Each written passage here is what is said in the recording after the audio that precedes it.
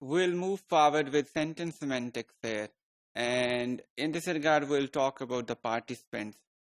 Participants may be seen as various people or various agents which work or which participate in an action described by a certain sentence.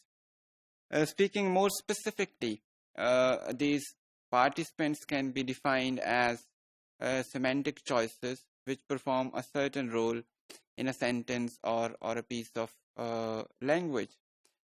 These roles are portrayed in semantics with different labels, which we'll talk about later on. In order to identify these roles, I'll present one example here. For example, Hina raised a car with a jack. In this particular sentence, you can see that we have three particular participants. We have Hina and a car and a jack. And if we just try to identify the roles which have been performed in this sentence, we can see that Hina is the one who initiated the action, who is responsible for the action.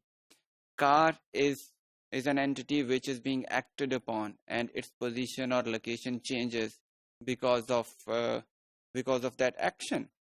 And then we have the jack. Jack is an instrument or tool through which that particular action of raising the car is being performed. So all three entities are performing different actions, and based on their actions in the sentence, we can allot various labels of semantic roles to them.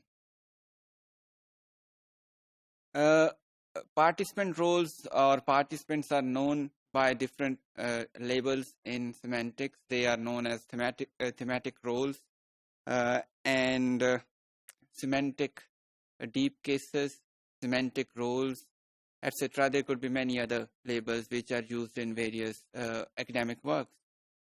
Thematic roles were also introduced in generative grammar in 60s by Noam Chomsky and other people working in generative grammar that time.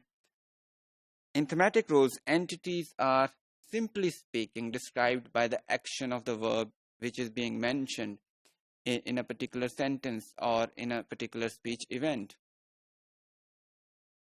They can also be defined as the reference of the arguments of a verb play in the event or as the state. Whatever is being mentioned in a sentence and that particular action in a sentence, as many people are involved in that particular action, as many participants would be there.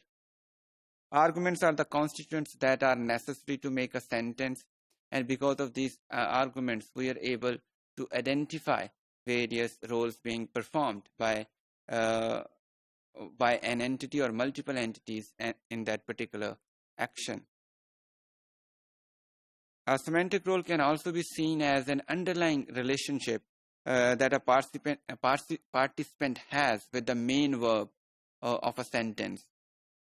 Grammatical relations and semantic relations are different from each other. Grammatical roles are those which we usually have seen in our traditional grammar in form of titles like subject, object, etc. So they are based on morphosyntactic combinations, whereas semantic roles are based on conceptual notions. I'll further explain this. Semantic roles usually do not correspond to grammatical roles. Let's have a look at the example here. Bob opened the door with the key. Here in a traditional grammar role or grammatical role, we see Bob is a subject here.